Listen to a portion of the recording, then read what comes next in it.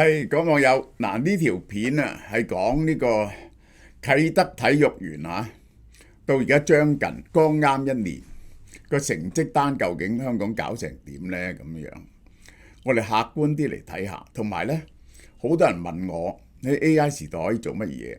其實呢樣嘢呢就好重要嘅就係嗱，春日呢一個係防曬，推出3樣嘢俾大家，精心挑出嘅3款，肌膚要打底呢，就用韓國 Dewonnie Sunstick with Alu 防曬膏，有蘆薈配方嘅持久保濕，冇色冇防腐劑，唔怕曬。呢個原價168嘅。第二呢個好出名嘅 Ground Plan 提亮遮瑕氣墊，呢個係有金柳梅雜取物嘅，防紫外光線，原價239。女人咧千祈唔可以懶，除咗防曬仲要美白，就有呢個 Dr. Bargo 啦，積雪草微量緊緻微針精華100針嘅50ml， 呢個係咁就等你啲皮膚變得滑嫩，膚色明顯提亮，彈性重現，仲有收緊添，原價180蚊。有啲3款嘢咧，全部賣88蚊，3月1號至31號。好啦，嗱，我哋睇睇啟德體育園呢個啟德體育園就係攞翻，即係收翻97年啟德搬咗之後嗰笪地點用，搞咗好多年，終於其中一個就係整個呢個好大鑊嘅，就係整咗個乜嘢啦？整咗嗰個郵輪碼頭啦，另外就係整咗好多樓啦，同埋整咗呢個體育園，5萬個位嘅主場館。可開合上蓋，可開可合，呢個好犀利嘅嘢。2025年3月1號正式開放，全港最大規模嘅現場載體，做現場表演。紅館如果4面台可以去到12000人，嗰陣時我哋已經覺得好犀利。呢個係5萬人。由盛事走向產業，將真人表演升級為可持續、可對外輸出嘅產業同埋平台，而唔係僅僅係偶然嘅熱鬧第一年成績單，我就要問你有幾多巨星進駐？第二，成個城市協同係點樣？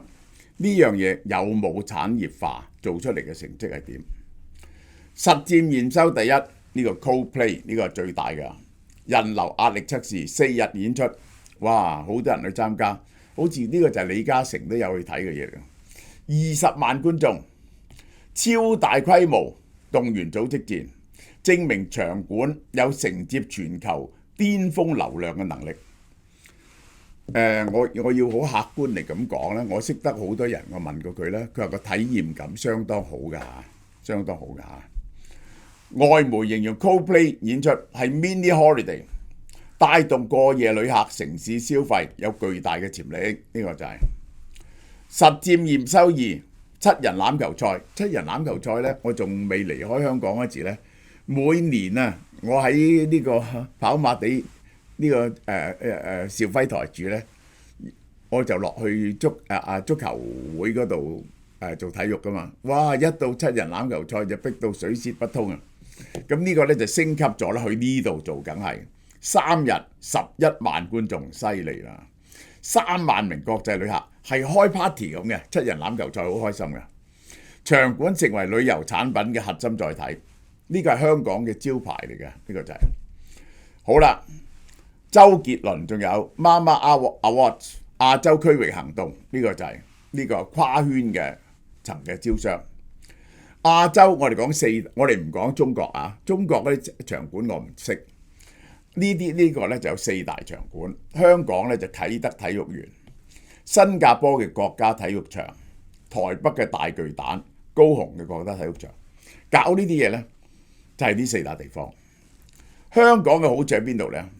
香港嘅文化底蘊大灣區腹地，一陣我先同大家講。挑戰呢就係散場嗰陣時嗰個人流嘅疏散做得好唔好，同埋能唔能夠變咗一個平台，令到嗰個產業可以好流滿晒成個啟德體育場。新加坡咧係政府資助嘅，獨家補貼嘅，但係佢嗰個市場嘅幅地比較少嚇，因為你始終咧就係整呢啲嘢咧就係靠新加坡嘅人口就少啦，要馬來西亞過嚟，馬來西亞人會唔會消費得起呢？印尼嘅人就更加消費唔起啦。台北大巨蛋，台北大巨蛋咧，佢嘅風險嗱，佢有佢嘅好處，但係咧佢咧就係唔係好容易有過夜旅客，同埋咧唔係好成熟嘅。呢兩個係新嘅，呢兩個唔成熟嘅，呢兩個係成熟。高雄咧就係做咗好耐㗎啦，但係佢係露天嘅，佢係露天嘅。幾錢做咧？我哋香港永有嘅特色就貴到你阿媽都唔認得。香港啟德體育場做咗319億，40.9億美金。新加坡13億9千萬，早10年嚇，得1/3。台北12億7千萬，2023年好接近我哋時候。高雄唔使講啦，係露天嘅，1.5億啫，呢個就係每個位香港一定破紀錄，81000蚊呢個位，哇！真係做體育場館81000個位，真係太過貴啦，60幾萬港紙一個位，60幾萬港紙一個坐嘅一個位。新加坡25000，1/3都唔到。呢個台灣個時間同我哋同期㗎啦，將近1/3，高雄唔能夠比。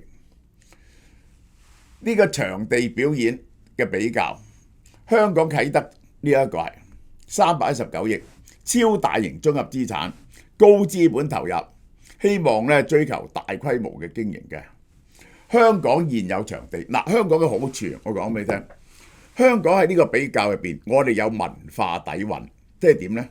香港原本就有好多演藝事業，有歌唱，我哋有好多歌星，咁咧就係我哋自己有啲明星嚇，咁呢個就係咧一路咧，我哋就有40年嘅經驗做演唱會啊，非常成熟。第二咧就係我哋有各式各樣嘅場館，嗱，有紅呢一個啟德，有亞洲博覽館，23.5億嘅當日，呢個喺機場嗰邊。紅磡體育館咧，1983年嚇，40幾年啦，呢個就係折舊完畢，完全賺嘅。伊利沙伯醫館4000幾萬，1980年3000萬人嘅。麥花臣呢個7億，呢個就係嚇垂直空間，土地日價超過建築成本唔止嘅，仲有呢個仲有曲藝中心啦，都可以搞演唱會嘅啦嚇。呢啲咧，香港係有多層次嘅呢一個場館，由細到大，我哋見到黃子華嗰啲咧，都係細場館開始做起，越做越大，而終於去到呢個紅磡體育館嘅。香港有呢個好處，呢個就係新加坡係點呢？政府投資思維，譬如 Taylor Swift 去咗佢度做，政府係俾好多錢嚟到宣傳，政府最捨得宣傳就係新加坡，呢個就係台北嘅大巨蛋係點呢？氣候風險低，因為佢係密嘅，保證演出唔中斷。五月天連開8場，但係咧呢個咧台灣咧就冇咁國際化嘅。我係喺大巨蛋附近嚇，我喺大巨蛋附近，真係好熱鬧嘅。但係一路搞咗10幾20年大巨蛋，今日對於嗰個安全防火同埋人口疏散咧，仲係有問題嘅。高雄完善嘅城市交通協同接駁標準，主辦信任度高，露天場面面臨取消嘅風險，成日落雨就大鑊。嗱，台灣同香港一樣，有佢自己嘅文化底蘊。台灣有好多歌星，所以咧佢辦演唱會咧就易好多。新加坡真係乾抹抹噶嘛，佢自己冇歌星，全部入口噶嘛。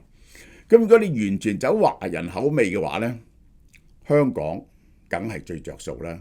嗱，我陣講俾你聽，香港點樣咁着數？呢個係香港好容易發展成為一個好大嘅產業。亞洲嘅巨星巡演3大城市嚇，呢個台北大巨蛋咧係個場口冠軍，呢個就係，而且佢有一個好處係乜嘢咧？佢係開好多場啊佢，因為點解呢？佢係有好多場咧做棒球，棒球比賽，台灣好多人睇，大巨蛋可以幾萬人睇棒球，所以咧佢開好多場。啟德制度優越性就係，但係暫時咧因為未成熟，只係開得幾萬啫。高雄咧係成熟噶啦，但係咧 Blackpink 做咗2萬嚇，但係咧就係嗰個場口咧係密，但係咧就會取消嘅，呢個就係我哋睇下個成績係點。新加坡呢個 Taylor Swift、Coldplay、Lady Gaga， 香港 Coldplay、Blackpink， 呢一個係台北周杰倫、張惠妹、五月天，呢個呢個係高雄體育館，呢個就係再講一次香港嘅好處。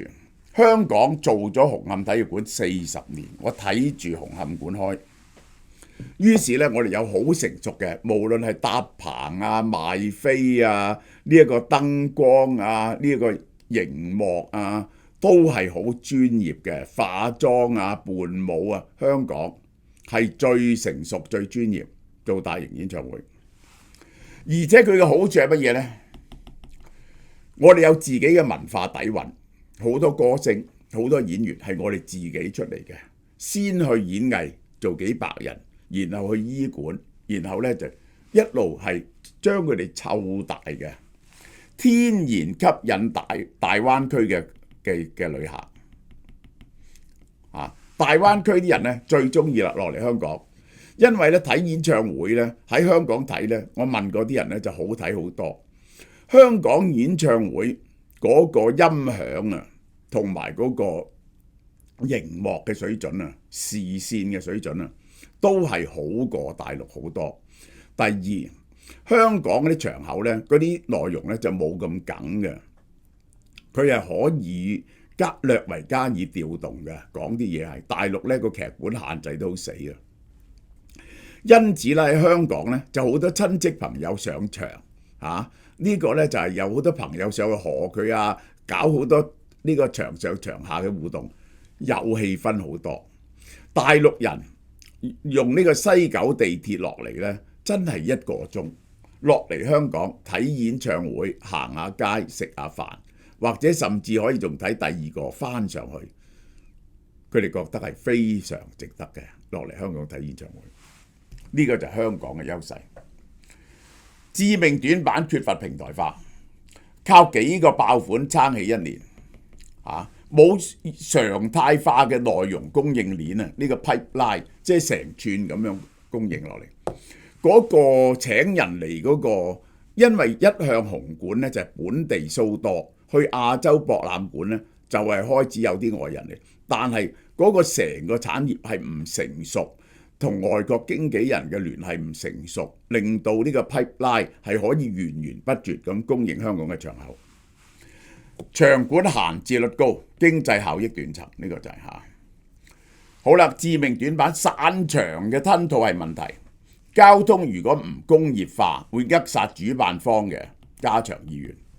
港鐵嘅運力嘅極限測試，呢個係完全靠港鐵疏散。接駁車同步行路徑要行好遠，避免交通崩潰，好容易變咗品牌污點，刪唔切。台灣呢個大巨蛋亦都係。好啦，嗱，我最後講，最後人哋問我，你仲有咩可以讀嘅呢？我覺得最後可以做嘅一樣嘢呢，就係做即係 live show 係可以有得撈得最耐，呢個就係。AI 時代嘅反直覺現象，當數位內容趨近到0嗰陣時候呢，不可以複製嘅現場體驗呢，價值大漲。呢個係我近幾年發覺嘅嘢。即係以前聽演唱會，大家覺得好開心啦，係咪啊？1000幾蚊一張飛，2000幾蚊一張飛，大家都覺得好貴。你估唔到呢啲飛呢，周杰倫唔係周杰倫啊，有啲歌星嘅飛喐下炒到5-6萬蚊一張，喺握手位嗰度幾萬蚊一張。